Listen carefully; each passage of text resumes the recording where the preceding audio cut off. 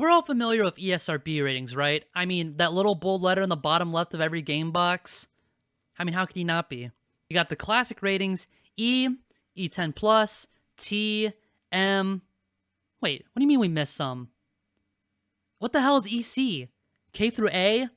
A, yo! Early childhood.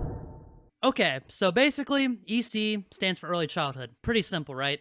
It's the rating you give to the most sanitized games aimed at like 3-year-olds or something. Preschoolers, basically. I'm talking educational games and content that's about as objectionable as Barney the Dinosaur and Mr. Rogers. Mr. Rogers. This evil man has now ruined a generation of kids. Middle school kids would send me emails and say that they were going to find me and they were going to kill me. So fucking GTA, I guess.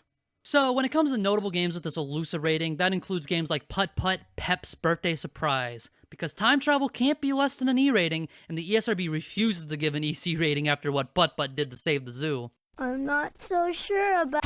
Another notable example of a game with the EC rating would be those Jumpstart games you might have played in Computer Lab. If you have those, I don't know if they still do them. Or if you're living your best life on your Nintendo Wii. Now this is gaming! I get it. The list of notable EC rated games isn't really that high, but if that's somehow a hot take, feel free to mash out an essay in the comment section about how Blue's Clues Kindergarten for PC deserves to be on the list, because it's secretly better than everything you've ever played, and that eats away at you every day, especially when the topic of, hey guys, what's the best game ever comes up within your friends group or on Twitter or some shit, and you're just too afraid to tell the world that Blue's Clues Kindergarten for PC is the best game ever, because you think they'll bully your ass into the ground and ratio you, because you sent us say fucking Blue's Clues after they said shit like Persona 5 Royal, Dishonored 2, Baldur's Gate, Half-Life, fucking Red Dead. Yeah, that's what I thought, you goofy ass bastard. Kids to adults. Kids to Adults was formed during the year 1994 as part of the original batch of ratings the ESRB introduced alongside T&M. Well, the ESRB must not have really cared for it much because they renamed it immediately in 1998. They said, K through A, bullshit, get out of here. E rating, that's the rage, and they're still using it to this very day. They really just took K through A, took it to the fucking backyard, said, look at the rabbits, ba-bam, we got a better sibling coming in, E rating, baby. But yeah, I'm not really going to list notable games in the K through A rating, because it's just the E rating. But I will note that when I was doing research on the ratings and stuff, you can actually find copies of games out there that come with either an E rating or a K through A rating, because they were like on the cusp of that switch. So like, I think I saw a copy of, I think it was Mario Kart 64, where like somebody like, yeah, I have like 2 copies. One says KA, the other says E, just because it was just right on that little line. I think it's pretty neat. It doesn't really mean much, but I think it was cool. Yeah, adults only. All right. We're getting to the real shit now. We're talking about that elusive AO rating. So elusive that only 26 games have been rated AO by the ESRB. So what's up with the AO rating? Is it basically just for games that people like to choke their little nasty chickens to? Well, no. I mean, well, kinda. But it's only about 65%. Give or take. Also, really, only 26 AO rated games? Well, there's gotta be a reason for that, right? Well, yeah, there is a reason. Most developers or companies that know they'll receive an AO rating for their games just skip getting a rating from the ESRB, because why get certified like with the AO rating when it's just going to cost you money to get a rating that's been nicknamed the Kiss of Death by most gaming journalists? The reason it's called the Kiss of Death is for a magnitude of reasons. Sony, Nintendo, and Microsoft, for example, they don't allow AO rated games on their console, at least as of now. And also, it can't be streamed on Twitch, even if it gets an AO rating for non-sexual reasons, so it doesn't matter if it's an AO rating for violence. You're just not allowed to stream on Twitch. That's like a big loss of like, what you would call it? Word-of-mouth marketing, there you go. And even then, if the big 3 allowed it on their consoles, almost all retailers have refused to stock games with an AO rating. It's kind of just a store policy. Of course, a lack of physical retail presence for a video game doesn't mean death anymore, considering we're in the era where digital game sales are super high. In the 2000s, that was a straight-up death sentence for sure.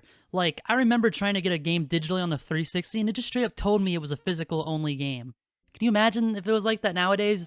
Booting up the PS5, and you're like, what do you mean I can't get this game digitally? What?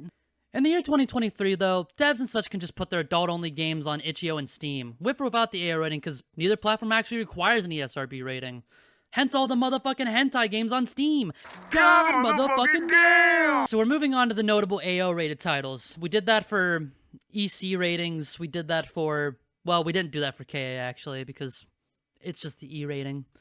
But starting with AO, we're going to start with the game Thrill Kill. Thrill Kill is a canceled PlayStation 1 game made by Paradox Development, not that Paradox, and it's considered to be the first AO rating given to a video game for violence, you know, instead of the usual ghost hunt ectoplasm generating material that came before it. Yeah, so the basic plot of Thrill Kill is that a goddess gets bored and it says, hey, these 10 people, they're fresh off the boat to hell. They're not fucking doing anything. Why don't you guys fight to the death for a chance at reincarnation? Free entertainment, baby! I can only assume those who die in hell go to, like, double hell or something. If not, I'm gonna be disappointed in Christian lore. The cast includes a lovely group of people, such as a hillbilly cannibal, a dominatrix librarian, breakdancing straitjacket wearing serial killer FBI member, and your Uncle Steve, who the family refuses to ask where he was January 6th. You know what's really funny, though? Thrill Kill wasn't even meant to be a fighting game at first. Paradox was working on something completely different. It was actually going to be a game about the Mesoamerican ball game known as Ulama's Tilly. Basically, the original vision of the game was that you'd play as warriors, and you were punching each other and kicking each other to get the ball, and then the end goal was to get into a hoop. And the game's publisher was like, hey, we like the punching and kicking part. How about you make the game more violent? Let's keep going at that. Let's keep going at that. And yeah, it got to the point where Paradox and Virgin just decided they might as well just scrap what they were doing then. Because, I mean, they kept insisting more and more on the fighting part. So why not just go all in on the fighting and pick a more controversial, eye-catching theme? So what theme did they pick? Oh, I don't know. How about a little bit, BDSM. So research for the game involved watching BDSM DVDs and reading magazines such as Skin 2, which is a magazine dedicated to covering fetish subcultures. And with that new theme comes amazingly titled fighting moves such as Slap and Tickle, Crotch Pounder, Riding on Papa. This really is a moment of fighting game, but awesome. If you at any point asked out loud, hey, wait a dang diddly minute, didn't you say that this here game was canceled? Then good job, you got a point, and yes, I heard you, but I just didn't respond. Yeah, like I was saying, the game was canceled. The game was testing well and was nominated for the most popular title at E3 1998, though. But the writing was on the wall the moment the ESRB gave it an AO rating. Alright, I did my best to research and find when Sony banned AO-rated titles, and I couldn't find it. So, as far as I'm concerned, Sony didn't have any issues with the AO rating yet. So Virgin Interactive was still on track to publish the title despite the fact that many stores wouldn't carry it. But the problem is something happened in August that truly put the nail in the coffin. 2 months before release, Virgin Interactive was acquired by EA. We have to be responsible for the content that we make available to the marketplace. We felt that this was not the kind of title that we wanted to see in the market. The decision was made as soon as we could make it after we acquired the company. It wasn't a decision that was made hastily. We certainly evaluated it to see if there was something that we could do to make ourselves more comfortable with the content. The tone and tenor of the game are just too violent. The cherry on top of this was the fact that EA just refused to sell the game to another publisher, despite the fact that the game was basically finished, and there were people interested in buying it. EA was turning down free money. And as much as that blows and I disagree with the decision, on top of the fact that EA as a company just absolutely sucks sometimes, we do have to keep in mind what year this is. This is going on in the year 1998. A mere 4 years ago on the timeline, there are literal congressional hearings over controversy over violence, sexual content, all that jazz in video games, to the point that that is why the ESRB formed. They were complaining, they're like, our children, Mortal Kombat, Doom, shit, we said sexual content, right? Oh yeah, Night Trap, right there! And would you look at that, Thrill Kill is hitting both of those boxes, and on top of that, received an AO rating! I think EA was mostly just trying to save their ass from getting caught in the crossfire, so instead, they aimed for brownie points. Like, hey, we're EA, look at us, we're the moral company. We bought another company, and look at this, they're making a fucking devil in video game form, violence and sexual, AO ratings. But don't worry, EA is here to save the day. We won't let anybody see this game. People are trying to give us money, but when you look at us, we're so moral, we won't even sell the video game. Yeah. I mean, anybody could tell that EA was just fishing for brownie points. So, I mean, even the devs could tell. David Ollman, who was a senior programmer on Thrill, stated, "When the upper echelons at EA saw it, and considering their close relations with a certain senator, Lieberman, it was placed on the highest, dustiest shelf that they could find."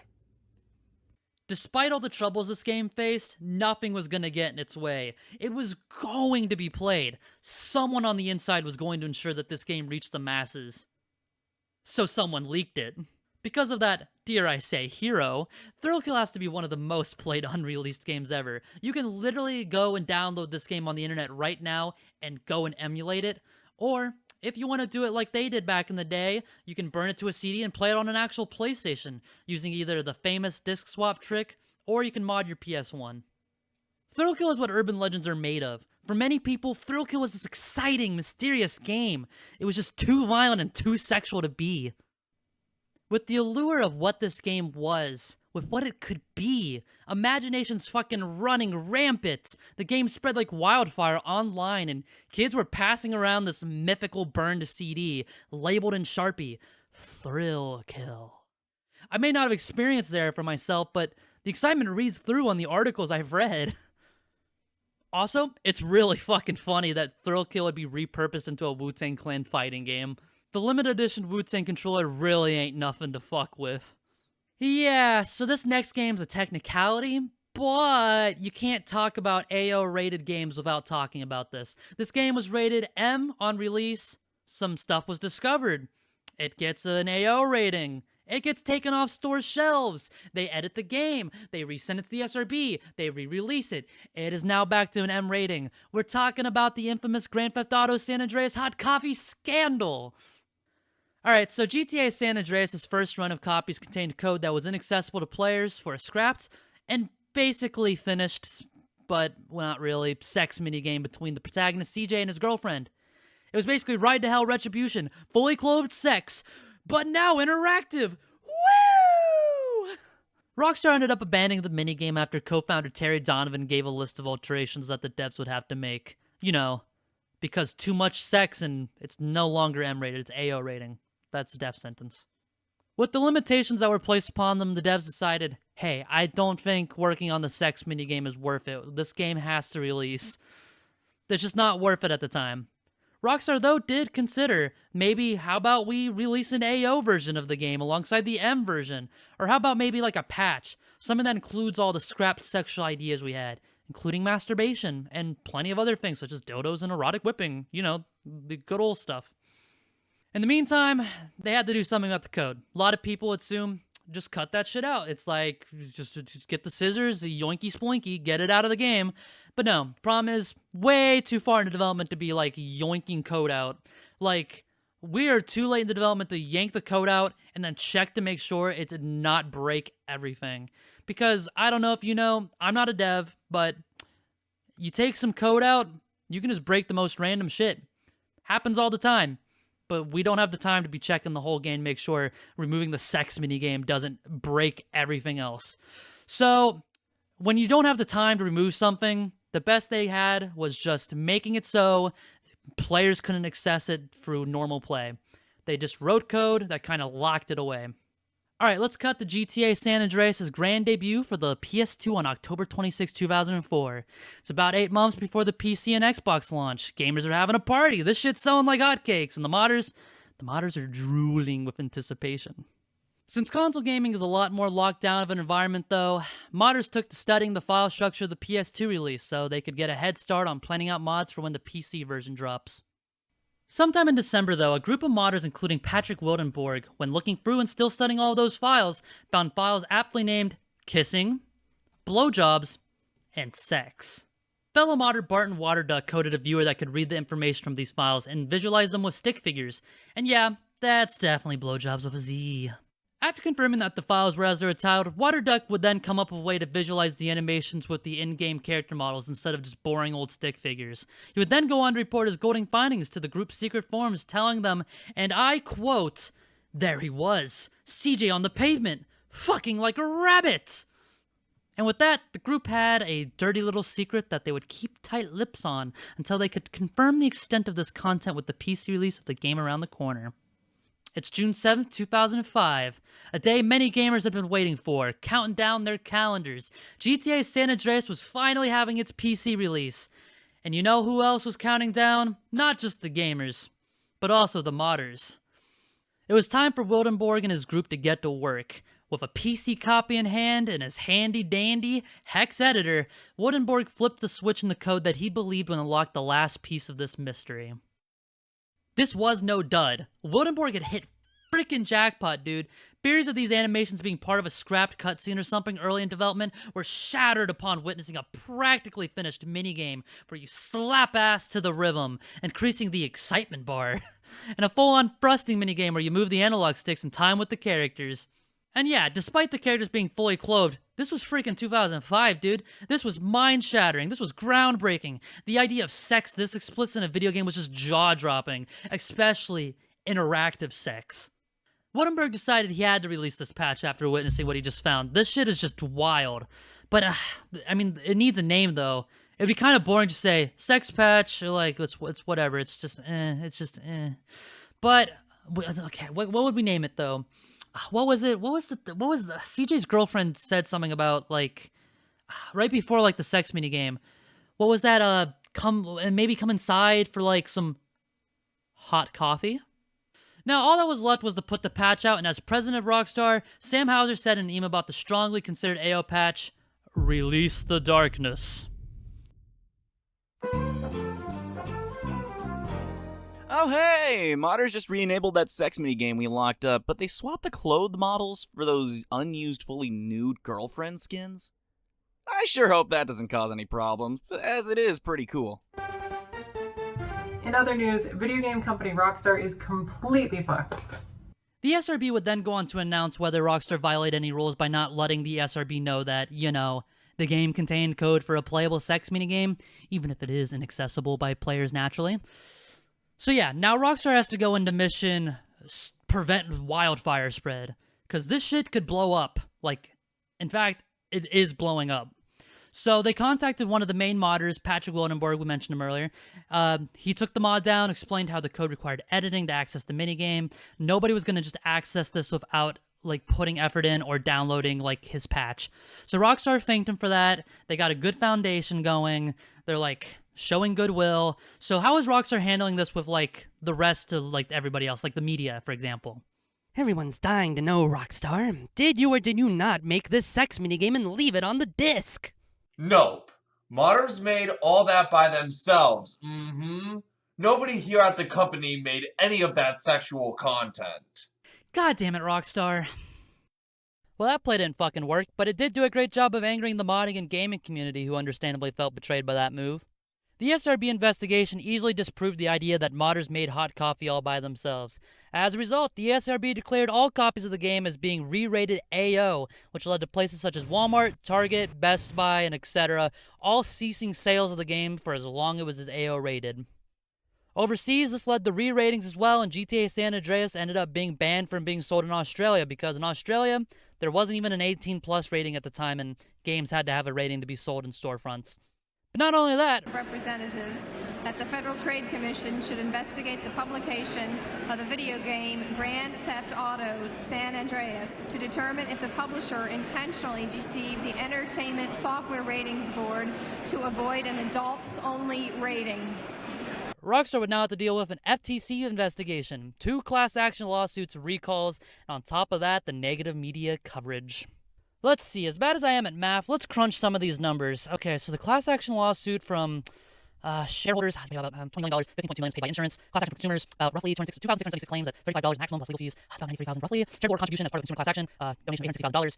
Recall copy stores who didn't want to buy anymore because they won't carry AO titles and rebuying the products. $24 million. That's holy shit. Oh my fucking god, this is really bad. Like $29,753,000, give or take bad. It could have been worse, though, I suppose. The FTC settled on a notice. No fines, no returning their profits, but a massive warning if this shit ever happens again, next time the fine would be $11,000 per violation. And I'm unsure if that's per copy sold, but I would just not fuck it up if I were them. That's too scary to fuck around and find out about. As for the aftermath, Rockstar's still here, still putting out successful titles, but man, was that a scary time in the company's history. And hell, they paid the price for that for quite a while. The civil lawsuits didn't even finish out until 2009. That's almost 4 years after the game released. That's a lot of legal battle. I imagine this whole thing's still a bit of a sore topic for Rockstar, though. On one hand, though, GTA 4 explicitly refers to the scandal with the achievement Warm Coffee, which you get invited inside by a girlfriend after a good date, and that achievement pops then. You guys clearly have sex. There's moaning and shit, if I remember correctly. But, on the other hand, Rockstar and Take-Two in 2020 sent a takedown notice to a modder who recreated the Hot Coffee mod in Red Dead Redemption 2. So yeah, it's one thing if they make a joke about it, but they don't want anybody else to do it because it's too close. It's too close to home. Having a modder put out a mod called Hot Coffee for your game. So yeah. My name is not important. What is important is what I'm going to do. Moving on to the final title we'll be covering, Hatred, the last video game to receive an AO rating as of when I'm recording this, is a twin-stick isometric edge fest. No, not that kind of edge. Shut the fuck up. Where the main character goes on a killing spree because, man, he just goddamn hates all humans and wants to put as many in the grave before he himself dies violently. When you play the game, you'll be greeted with just a few colors, mostly black and white, some red for blood, and if the police show up, you got some blue to mix into there, so there you go. The protagonist, who is typically silent, will occasionally open up a bit to speak fluently in edgelord. You'll say shit like, "Come, you fucking parasites, the death is waiting," and "I can feel their pain, their suffering flowing through my veins. It's like the most intense drug, and I need more, much more." The premise is just kind of edgelord shit, but I'd be lying if I didn't like edgelord shit sometimes because it's just so enjoyably fucking trashy. Backstory on production and the company, though. Hatred is the first game by the Polish-based Destructive Creations. The company's staff, at least at the time, mostly consisted of people who previously worked at another Polish development studio, the Farm 51. When making Hatred, the developer said that the game was a reaction to colorfulness, politeness, games as art, and political correctness. So basically, I'm seeing a bunch of red flags. From what I could understand in some interviews I read, the creative director and CEO Zelensky claimed that what he meant by that statement was that they were tired of protagonists needing to have their actions justified. He states that they can't get away with making a video game about just killing people for no reason and going on a mass murdering spree, killing people as they run away screaming, begging for their life, and he blames this on political correctness, most likely referring to the fact that the game almost lost its planned Steam release, and the media attention at the time over the game was like, that this is controversial. Holy shit, look at this video game. And basically, he blames political correctness because he chose a highly controversial topic for a video game, mass murder killing sprees, and then is surprised that it's controversial. I don't know what to tell you, man. The way they talk about the game and the people working on it, it feels very egotistical and super extra for no reason. In interviews, they described themselves as rebels that were in the media's trying to crusade against, but like the media's losing. I don't know. This feels like a conversation that we see over and over again. It feels very Alex Jones. It feels very Jordan Peterson. It feels very like right-wing grifter. I don't know. I don't know a better way to describe it.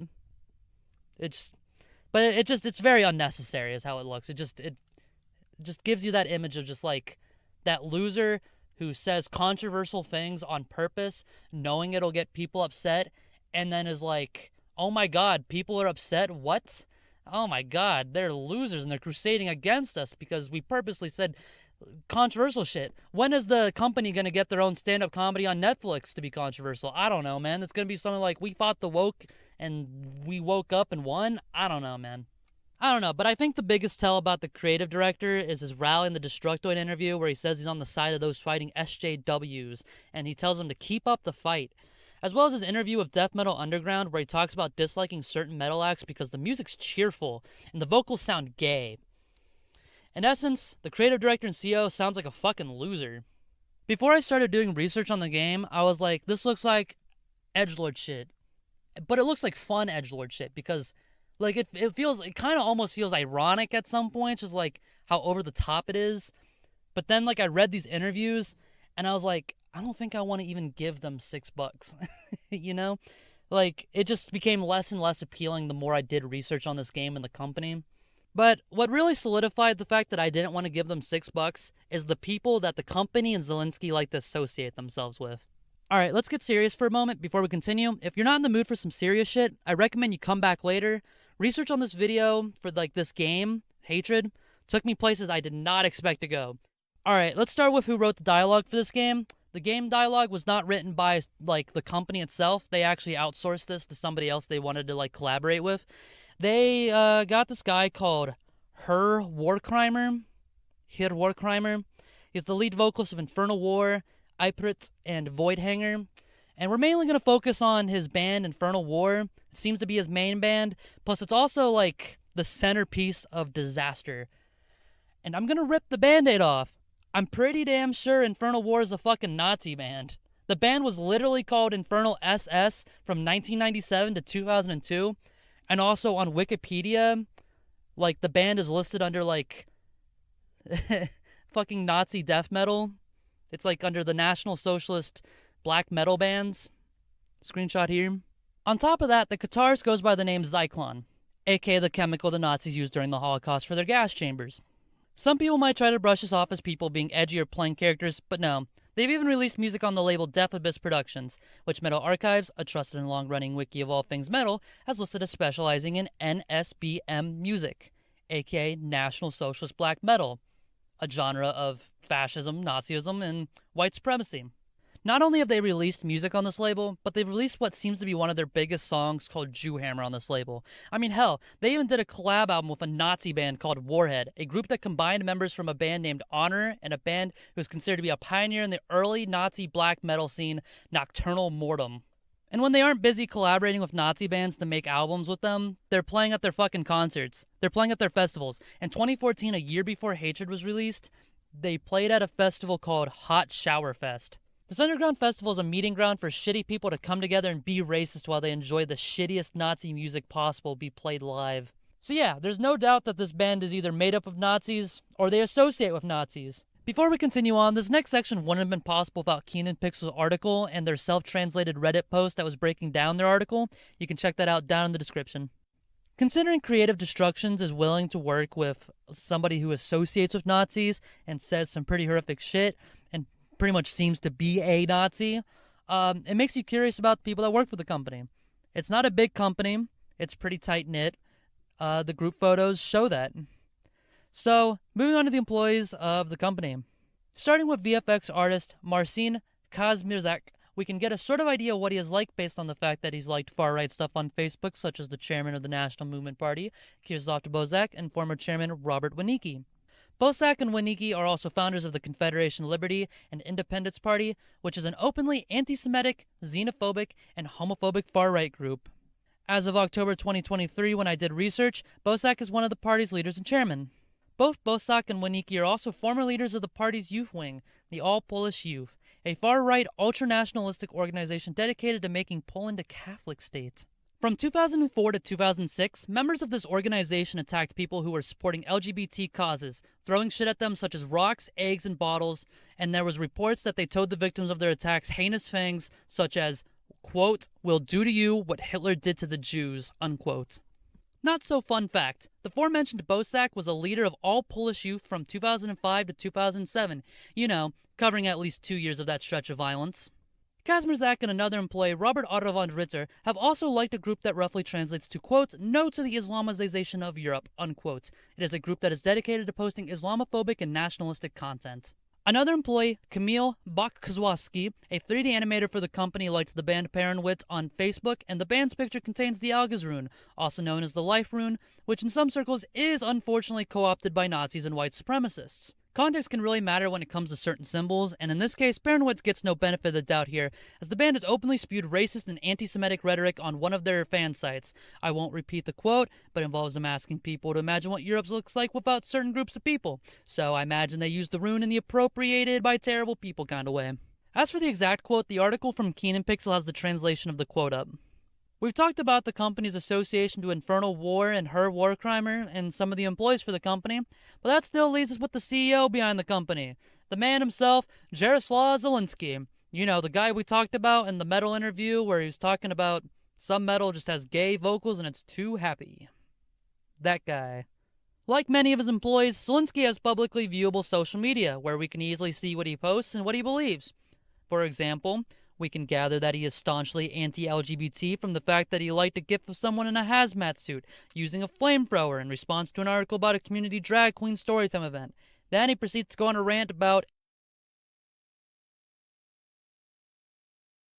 many issues here, of course, among them being confusing drag queens with transgender people and implying being trans as an ideology.